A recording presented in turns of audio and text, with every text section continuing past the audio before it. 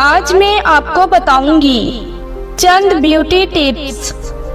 चेहरे के दाग, धब्बे और एक्ने के निशान साफ करने के लिए रात को सोते वक्त इन दाग पर विटामिन ई का ऑयल लगाएं और सुबह किसी अच्छे फेस वॉश से मुंह लाजमी धो लें।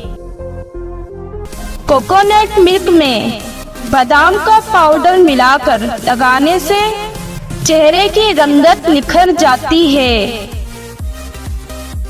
चेहरे की छाइयाँ दूर करने के लिए बाकायदगी से आलू का जूस लगाएं। 15 मिनट बाद पानी से मुंह धो लें।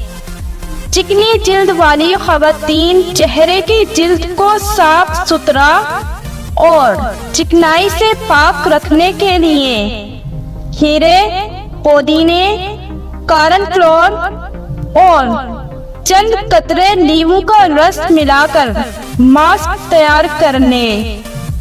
इस मास्क के रोजाना इस्तेमाल से चेहरे पर निकलने वाले ब्लैक और वाइट हेड्स बिल्कुल ही खत्म हो जाएंगे।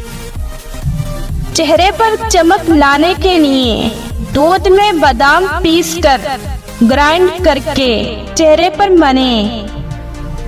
चने की दाल को पीसकर इसमें 1 चुटकी हल्दी मिलाकर दूध और नींबू का रस शामिल कर लें। फिर 2 चम्मच नारियल का तेल मिलाकर चेहरे पर लगा लें।